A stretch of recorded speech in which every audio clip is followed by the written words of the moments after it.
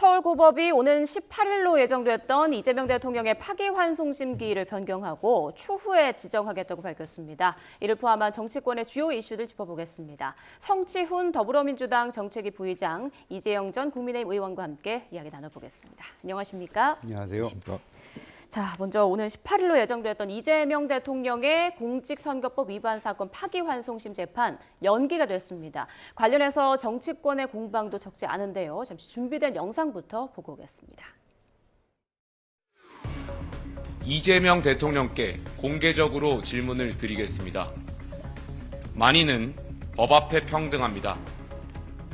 대통령은 취임 전 진행되어 온 재판을 면제받기 위한 자리가 아닐 것입니다. 대통령께서는 6월 18일로 예정된 공직선거법 위반 혐의 재판과 다음 달로 예정된 불법 대북송금 재판을 받을 의지가 있으십니까? 김용태 국힘 비대위원장이 난데없이 재판 진행에 대한 대통령의 입장을 따지고 있습니다.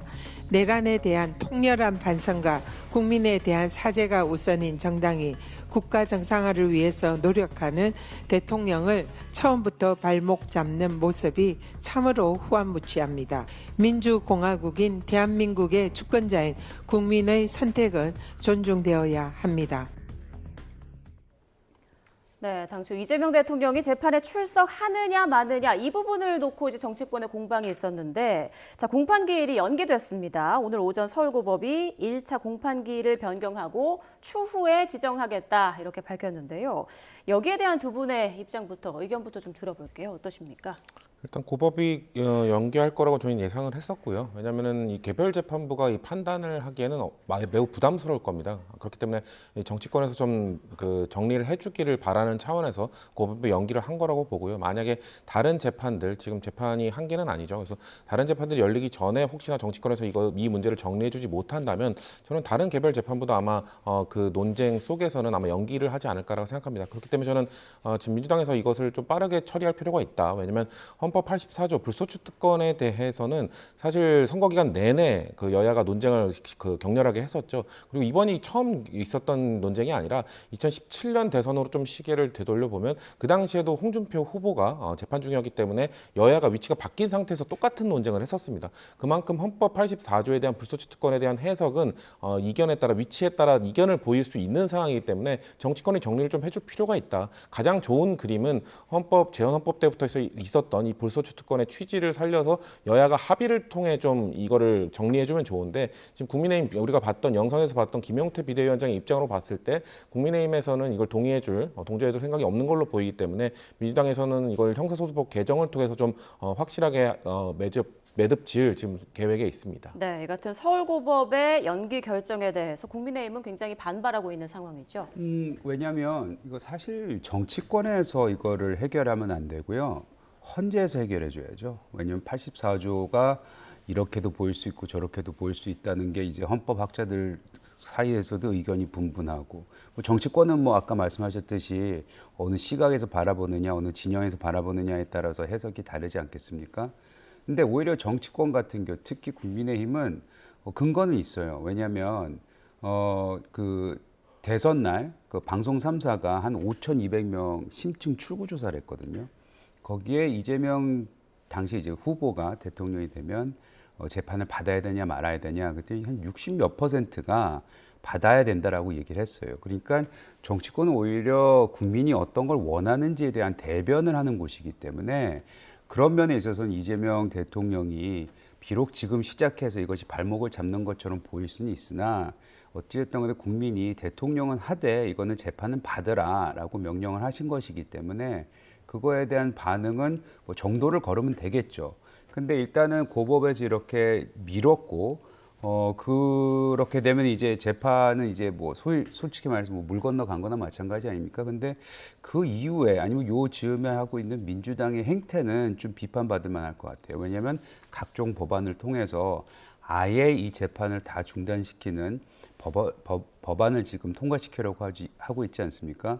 그건 누가 봐도 이재명 대통령이 국회와 법안을 통해서 본인이 재판받아야 될 것을 방탄 삼는 거 아니냐라는 국민의 시각이 있을 수 있기 때문에 뭐 지지율 처음에 조금 뭐 50 몇 %로 시작했다고 뭐 여론조사에서 나온 것 같은데 그것이 급격하게 떨어지는 건 이제 국민이 실망했을 때 그런 일이 일어나는 거 아니겠습니까? 그래서 본인이 시작하자마자 국정 동력을 살리기 위해서라도 이런 부분은 좀 제대로 짚고 넘어가는 게 좋겠다는 생각이 듭니다. 네, 그러니까 이재명 대통령의 재판을 무력화하는 이런 민주당의 움직임에 대한 비판을 좀 해주셨는데 어떠십니까? 일단 형소법 개정, 그러니까 지금 재판을 중지하는 법도 있고요. 말씀하신 것은 공직선거법 개정을 통해서 아예 그냥 면소하려는 거 아니냐, 재판을 없애려는 것 아니냐라는 지금 지적도 하시는 거고, 또 법원조직법 개정을 통해서 대법관 증언 이런 것들도 결국 다 이재명 대통령의 재판을 위한 것 아니냐라는 지금 비판을 하고 계신 거잖아요. 예. 근데 민주당 안에서도 지금 우리가 익히 알고 있다시피 그 대통령이 당선된 다음 날 법사위에서 그 법원 조직법,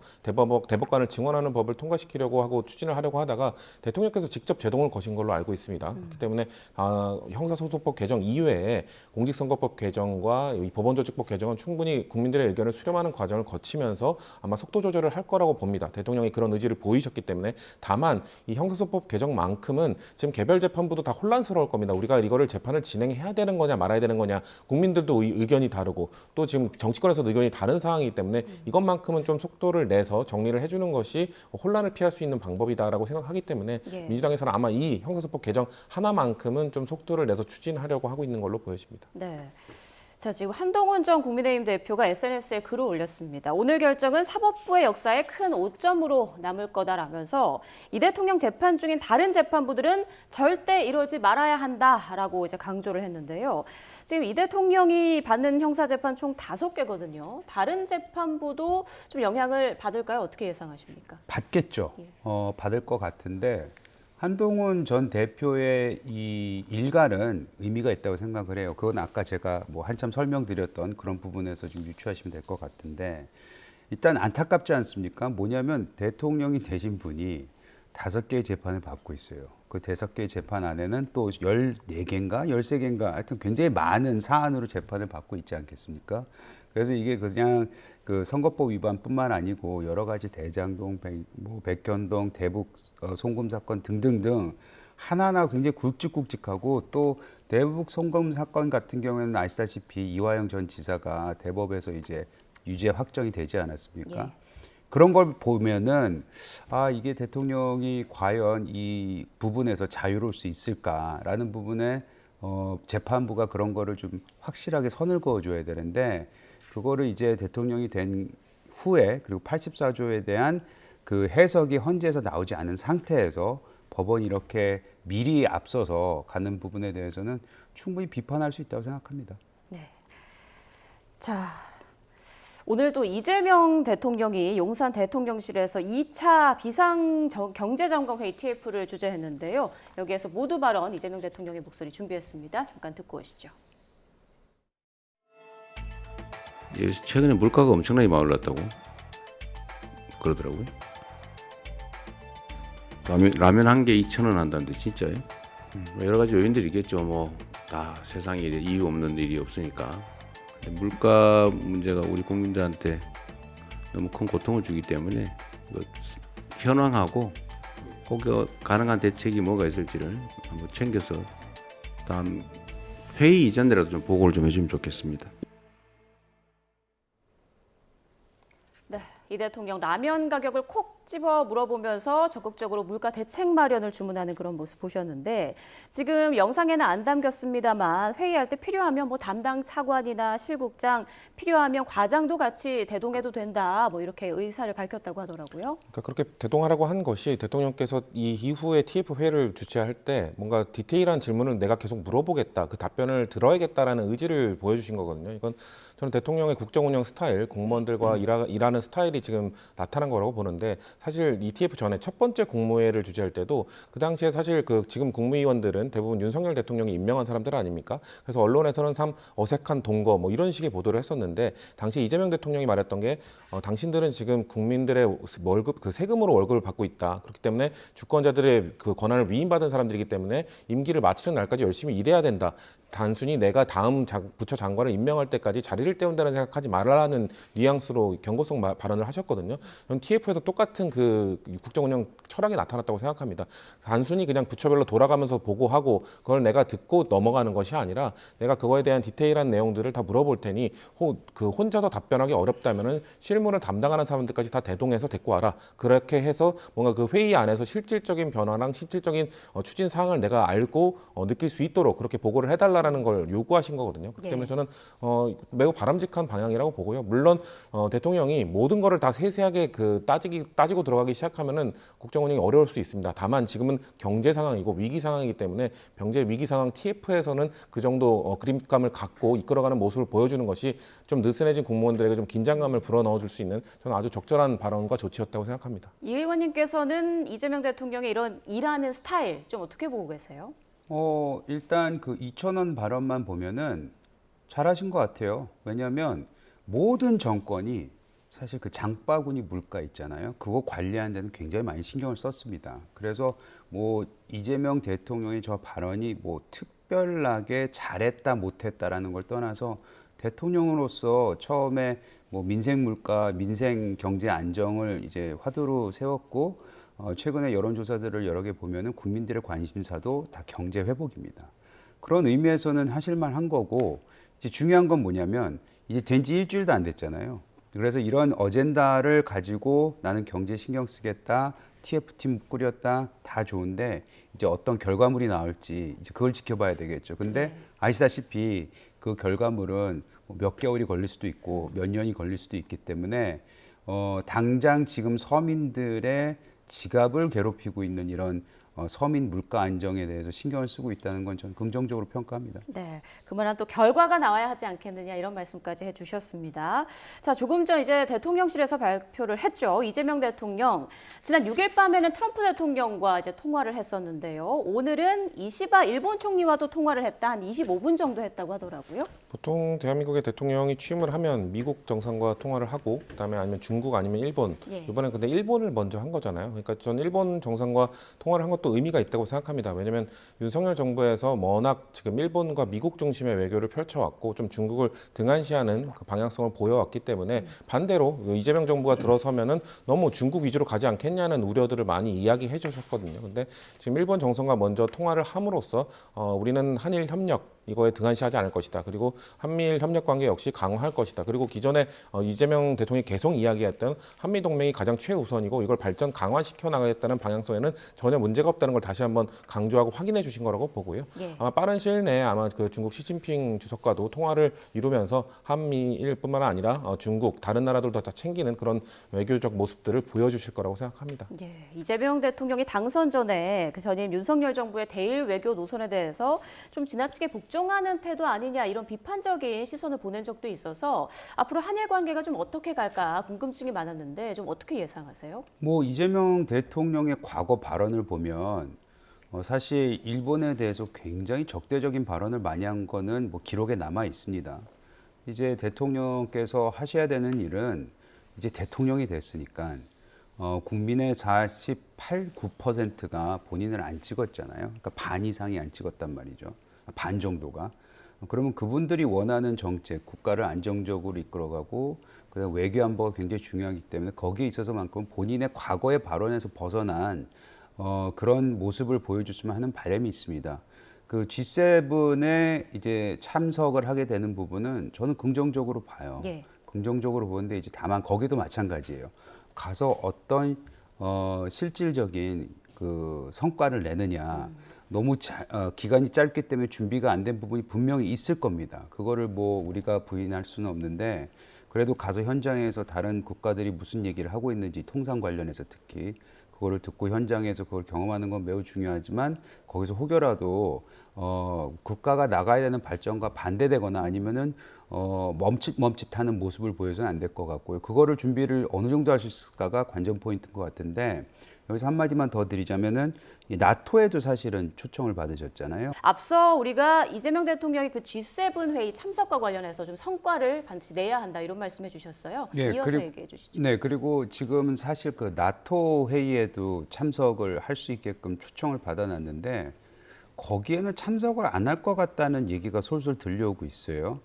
근데 그거 굉장히 잘못된 판단이라고 생각을 합니다. 지금 현재 그 미중 패권 싸움이 전쟁이 일어나고 있지 않습니까? 그리고 유럽에도 굉장히 나토를 중심으로 해서 러시아와 지금 우크라이나 전쟁뿐만 아니고 그 외 여러 가지 안보 상황이 굉장히 급격하게 돌아가고 있는데 여기에서 이재명 대통령이 참석을 안 한다면은 초청을 받고서도 그럼 뭔가 회피하는 모습이 보여질 것 같아요. 특히 아까도 말씀드렸지만 이재명 대통령은 대통령 되기 전에 일본이라든지 아니면 미국에 대해서도 과거 발언을 보면 굉장히 좋지 않은 발언들을 많이 했어요. 적대적인 발언을. 그리고 오히려 중국과 북한과 러시아 이런 데에 조금 더 친화적인 발언들을 많이 해와셨기 때문에 지금 대한민국의 미래가 앞으로 나가는 데 있어서 한미 동맹이 매우 중요하다 본인도 얘기를 했고 또 위성락 지금 국가안보실장인가요? 그분도 굉장히 친미 또는 미국 정통파인데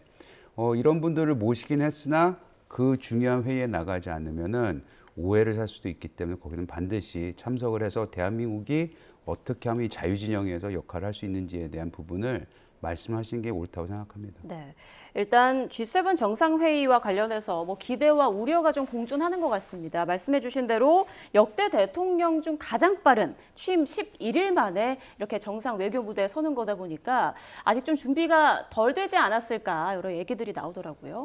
글쎄요, 뭐 그런 것들이 지금 취임 후 며칠 됐느냐 이걸로 계산한다기보다는 이것과 관련된 문제를 얼마나 오랫동안 고민했느냐 그리고 함께하는 분들이 이것과 관련된 전문성을 얼마나 갖고 있느냐.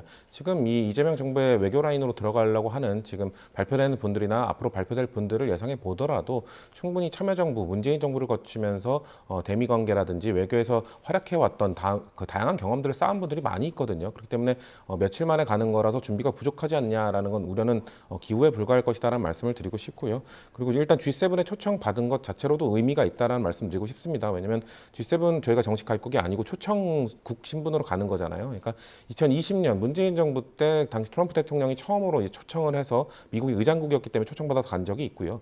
21년도에도 갔었는데 윤석열 정부 3년 동안은 단 한 번밖에 못 갔습니다. 22년도에는 독일 의장국이 초청하지 않았고 24년도에도 이탈리아 의장국이 초청하지 않았습니다. 단 한 번 23년도에 일본이 의장국일 때 초청을 받았는데 그 당시에도 너무 윤석열 정부가 미국과 일본에 편향되는 외교를 했기 때문에 다른 의장국들이 초청을 안 한 것 아니냐라는 비판도 있었거든요. 그렇기 때문에 이번에 G7에 다시 우리나라가 바로 초청받았다는 것은 아마도 그런 G7 국가들이 이재명 대통령에 대한 어떤 생각을 갖고 있는 사람이고 한번 만나봐서 이야기를 나누고 싶고 의견을 들어보고 싶은 그런 궁금증을 갖고 있는 상황이라는 것 자체가 저희의 외교 방향이나 이런 것들을 다자 외교 무대에서 초기에 어떻게 보면 그분들께 설명하고 우려를 불식시킬 수 있는 그런 기회이기 때문에 지금 너무 아직 가지도 않았고 아직 시작되지도 않았기 때문에 너무 우려보다는 조금 기대 쪽으로 좀 방향을 잡아주셨으면 좋겠다는 말씀 드리고 싶습니다. 네, 한미 정상, 한일 정상 간의 그 단독 정상회담이 열릴지 여러 가지 이슈가 좀 해결될지 여러 가지 좀 기대와 관심이 집중되는 것 같습니다.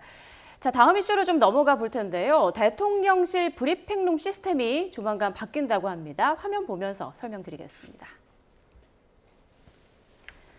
네, 지금 보시는 영상은 오늘 오전 대통령실 브리핑 생중계 영상인데요. 강유정 대변인이 이렇게 단상 앞에 서서 브리핑을 하죠.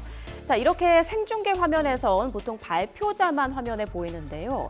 발표자 반대편에는 지금 보시는 것처럼 이렇게 기자들이 앉아 있습니다. 라이브 영상에서는 안 보이는데 이제는 기자들도 보이도록 카메라가 설치됩니다. 그럼 미국에서는 어떻게 할까요? 지난 4일 백악관 브리핑 모습인데요. 이렇게 질문하는 기자 모습을 카메라로 비춰서 보여주고요. 질문을 받은 대변인의 답변 모습까지 생중계로 전달합니다. 해당 조치는 지난 5일 대통령실 브리핑 이후 기자로 추정되는 인물이 재밌다 재밌어 라고 말한 게 커뮤니티 등에서 공유된 뒤에 나왔는데요. 이재명 대통령은 우연히 댓글을 통해 접한 제안이 의미 있다고 판단해 실행에 옮겼다라고 설명을 했고요. 대통령실은 기존의 일방적 소통 방식에서 벗어나 기자들 질의 모습을 생생하게 전달하겠다는 취지라고 강조했습니다.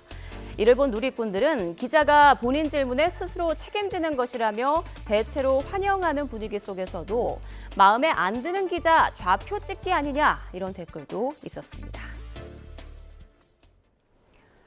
네, 그러니까 이재명 대통령이 SNS 댓글을 보고 거기 나온 제안을 실제로 이제 적용을 한다는 건데 소통을 좀 강화하겠다 이런 의미로 볼 수 있을까요? 그쪽 대통령의 소통도 있지만 기자들도 국민들과 더 깊게 소통할 수 있는 기회가 되는 겁니다. 뭐 좌표 찍기 아니냐라는 우려도 있을 수 있죠. 그러니까 저는 기회이자 위기라고 생각하는데 어떻게 보면 기자들 입장에서는 본인의 질문, 본인의 발언에 대해서 좀 더 책임감 있게 좀 더 준비된 발언을 정제돼서 할 수 있게 되는 기회가 제공되는 거라고 볼 수도 있고요. 대신에 본인의 발언에 대해서 뭔가 좀 국민 눈높이에 맞지 않는 질문, 그 국민 눈높이라는 게 한쪽 진영의 눈높이만을 이야기하는 게 아니잖아요. 그 질문을 바라보고 있는 거는 양쪽 진영 모두의 국민들이 바라보고 있는 거기 때문에 한쪽 진영에서는 그 기자에 대해서 비판하고 뭐 실망스럽다고 얘기할 수는 있습니다만 반대쪽 진영에서는 그 기자의 질문에 통쾌하다, 잘했다고 평가할 수도 있는 겁니다. 이런 것들을 기자 입장에서는 어떻게 활용할지, 어떻게 본인의 이거를 위기를 기회로 활용할지는 저는 기자의 몫에 달려 있다라고 보고 있습니다. 네, 이 의원님 생각도 들어볼게요. 저희가 워낙 그 미국 백악관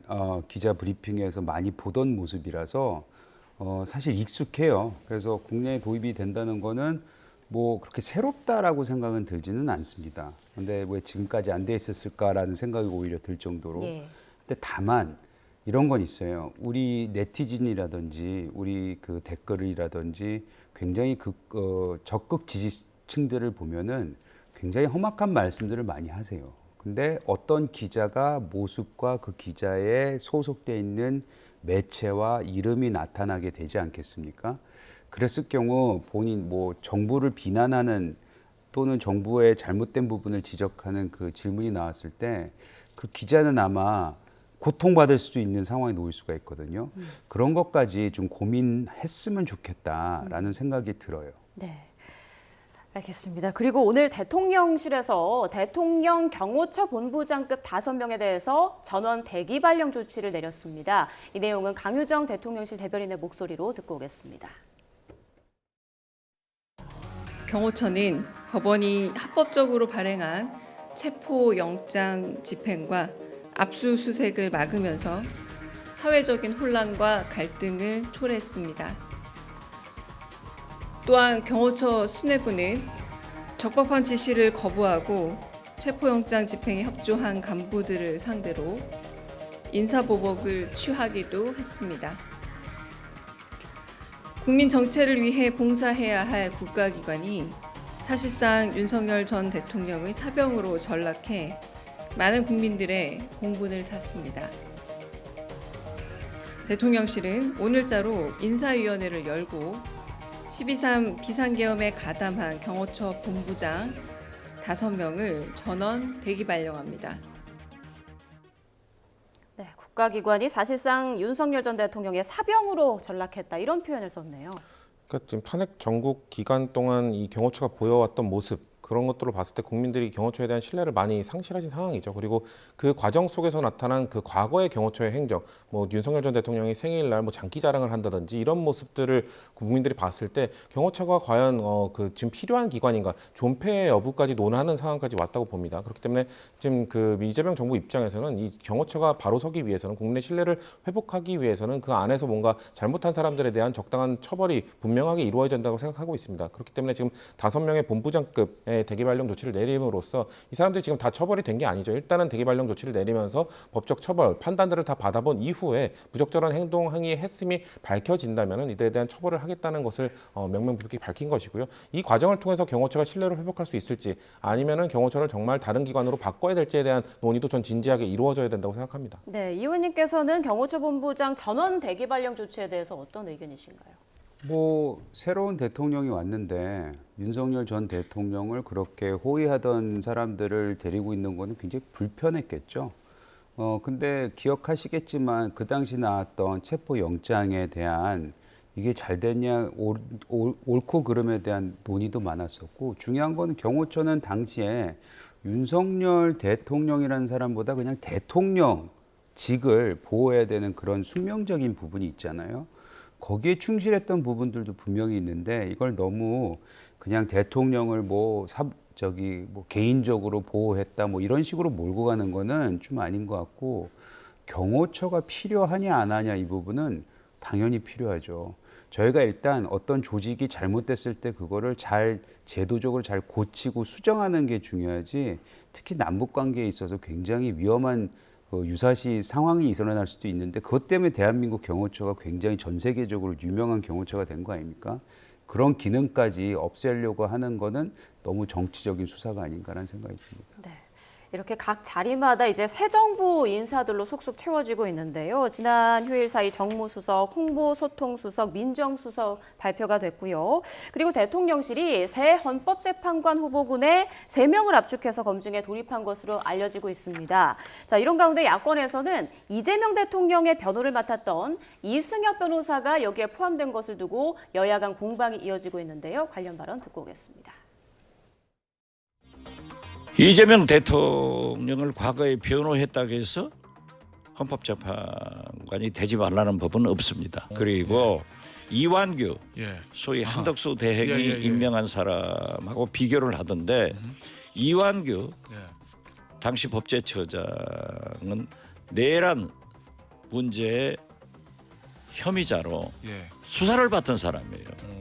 그러한 내란에 동조하고 특히 안가회동 등 여러 가지 문제가 있는데 이런 사람을 한덕수 대행이 헌법재판관으로 임명한 것이 문제였지 다른 문제는 없었잖아요.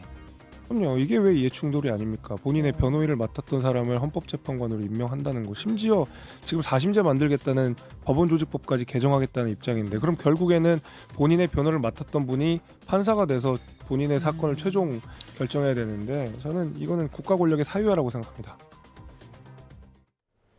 자, 문제가 논란이 되고 있는 이승엽 변호사, 이재명 대통령의 공직선거법과 위증기호사 두 사건의 변호를 맡은 걸로 알려져 있는데, 국민의힘 입장부터 들어볼게요. 이해 충돌이다라는 입장인 거죠? 이해 충돌뿐만 아니고 이거는 거의 이런 걸 법을 만들어서 하면 안 되는 거예요. 왜냐하면은 지난 6개월 동안 우리 국민들이 헌재를 바라보면서 헌재의 중립성, 그리고 헌재가 내려야 되는 그 굉장히 고난의 시간을 거쳐서 내리는 이런 중대한 사안들, 결정들에 대해서 신뢰가 되게 중요한 한 부분이었잖아요. 그 굉장히 오랜 기간 동안 결정이 안 났을 때 국민들이 굉장히 불안해할 때, 그래도 헌재는 우리가 믿을만하다, 신뢰를 해야 된다라는 그것이 밑바탕에 깔려쓰고, 이게 어찌 보면 민주주의 근간이었는데, 거기에 이재명 대통령을 변호했던 변호인을 데려다 놓는다? 대통령이 되자마자. 글쎄, 그 국민들이 봤을 때 그것이 뭐 자리 챙겨주는 걸 떠나서 결국에는 정치적으로 굉장히 편향된 헌재가 될 수도 있는 건 아닌가라는 우려를 낳기에 충분하다고 생각을 합니다. 이런 거 안 하시는 게 제가 봤을 때는 지금 초반에 잘 시작을 하시는 것 같은데 굉장히 급격하게 국민의 신뢰에 이를 수도 있는 행위라서 이건 멈춰져야 된다고 생각합니다. 네, 국민 여론을 좀 우려하는 그런 말씀해 주셨어요. 민주당은 어떤 입장인가요? 일단 최종 임명된 후보자가 아니고요. 지금 3명까지 올라왔는데 거기에 대한 지금 검증, 어떻게 보면 이런 것들도 지금 검증 과정에 있을 겁니다. 국민들께서 혹시나 이런 시선으로 바라봐 주시진 않을까, 부정적 생각을 갖고 계시지 않을까, 이런 것들도 다 검증 과정에 있는 거라고 보고요. 다만 아까 그 박지원 의원이 이야기한 것처럼 이전에 그 이완규 전 법제처장을 임명했을 때와는 전혀 다른 상황이다. 왜냐하면 이완규 법제처장 같은 경우는 당시 헌법재판관으로 임명이 될 때 윤석열 전 대통령과의 40년이 넘는 인연을 갖고 있던 사람이었고 12.3 비상계엄 다음 날 그 당시에 최측근들만 모여서 이루어졌다는 그 안가회동에도 참석했던 사람이기 때문에 내란 혐의로 재판을 받고 있는 분입니다. 그런 사람을 임명했던 것이 정말 사적관계에 의한 이해충돌에 속한다고 저희는 봤던 거고, 이 사람은 어떻게 보면 이승엽 변호사는 그 이재명 대통령과 그 과거에, 그러니까 그 변호사와 의뢰인의 관계는 어떻게 보면 과거에 이야기하면 돈으로 맺어진 비즈니스 관계라고 볼 수 있습니다. 그 이외에 변호 관계를 맡은 것 이외에 사적 관계가 전혀 없는 변호사이기 때문에 이 사람이 이해 충돌에 해당하냐라는 거에 대해서는 의구심을 가질 수 있어요. 다만 저는 국민들께서 이런 그 국민의힘이나 보수정에서 우려하는 부분들에서 비판을 하고 있기 때문에 이런 것들을 종합적으로 고려해서 최종 후보를 좀 선택해 주셨으면 좋겠다는 개인적 의견도 갖고 있습니다. 네, 말씀하신 대로 아직은 뭐 검증 단계이기 때문에 앞으로 어떻게 될지는 좀 지켜봐야 될 것 같습니다. 자, 지난 주말이죠. 이재명 대통령이 서울 한남동 관저로 민주당 지도부를 초청했습니다. 그런데 이 자리에서 찍은 사진에 관심이 쏠리고 있는데요. 화면으로 함께 보시죠. 네, 관저정원 잔디밭에서 이재명 대통령이 팔짱을 낀 채 환하게 웃고 있고요. 초청된 민주당 전현직 지도부 인사들도 모두 즐거워하는 모습입니다. 이재명 대통령이 지난 7일 민주당 당대표 시절 함께 당을 이끌었던 1, 2기 지도부 24명을 한남동 관저로 초청해 만찬을 함께 했는데요. 이 자리에서 이 대통령은 국민의 기대에 부응하는 것이 우리의 첫 번째 사명이라고 강조한 것으로 전해지고 있습니다. 자, 특히 주목받는 사진은 바로 이 사진입니다. 활짝 웃는 표정의 세 사람. 이재명 대통령을 중심으로 사진 왼쪽에는 3선의 김병기 의원, 그리고 오른쪽에는 4선의 서영교 의원이 보이고요. 이 대통령은 양손으로 두 사람의 손을 꼭 잡고 있죠. 오는 13일 민주당 원내대표 경선에서 맞붙을 두 사람이기에 여권에서는 이 대통령의 의중에 주목하는 분위기입니다. 사진에서처럼 이 대통령은 경선에 혹여나 잡음이 생기지 않도록 철저한 중립에 신경을 쓰고 있다는 분석인데요.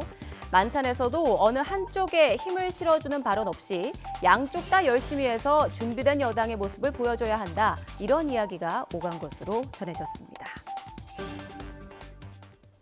자, 민주당의 차기 원내대표 선거 이제 며칠 안 남았는데요.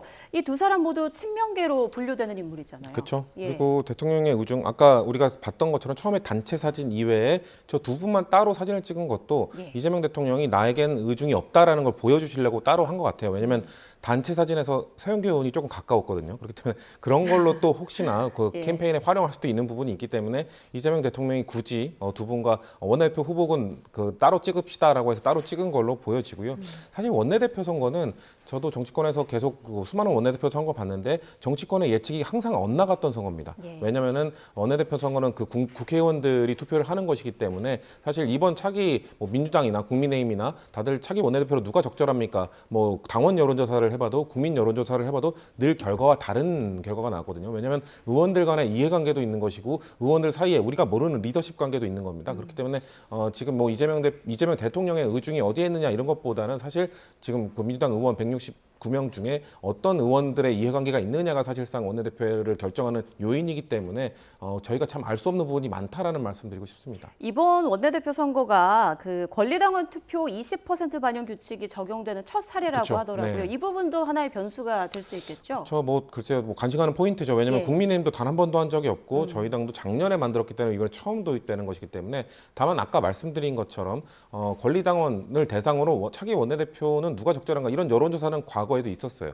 근데 늘 그런 여론조사 결과와 실제 원내대표 선거 결과는 달랐기 때문에 지금 80% 의원 투표가 80%고 권리당원 20%인데 20% 정도의 권리당원의 목소리가 어느 정도 선거 결과에 영향을 줄지도 지켜볼 만한 포인트라고 생각합니다. 네, 국민의힘 상황도 보겠습니다. 지금 내부 정비 과정에서 다소 소란스러움이 느껴지는데 지금 의원총회가 열리고 있잖아요. 경론이 벌어질 것이다 이런 예상이 나오더라고요. 네, 지금 김용태 비대위원장의 거취 그리고 9월에 어제 이제 쏘아 올렸죠. 예. 9월에 전당대회를 추진하겠다.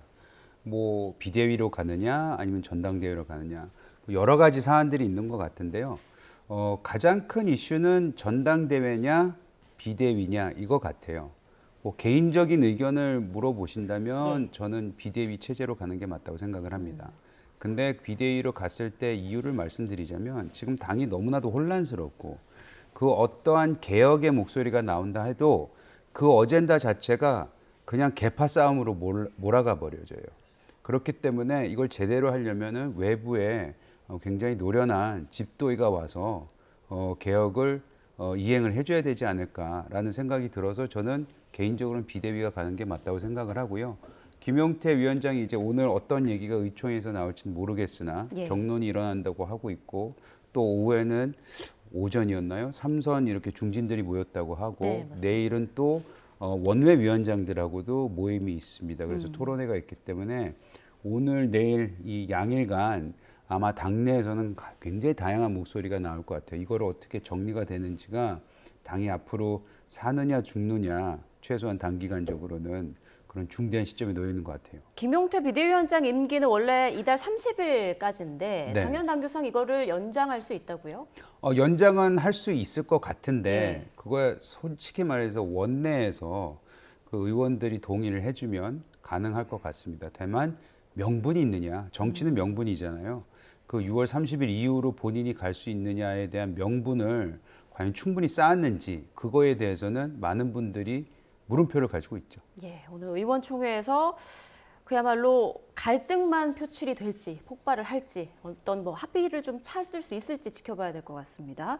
자, 그런데 그 대선 경선에서 탈락하고 난 뒤에 정계 은퇴를 선언했던 홍준표 전 대구시장이 신당 창당 가능성에 대해서 좀 여지를 남겨두는 듯한 그런 글을 남겼더라고요. 이 부분은 어떻게 보십니까?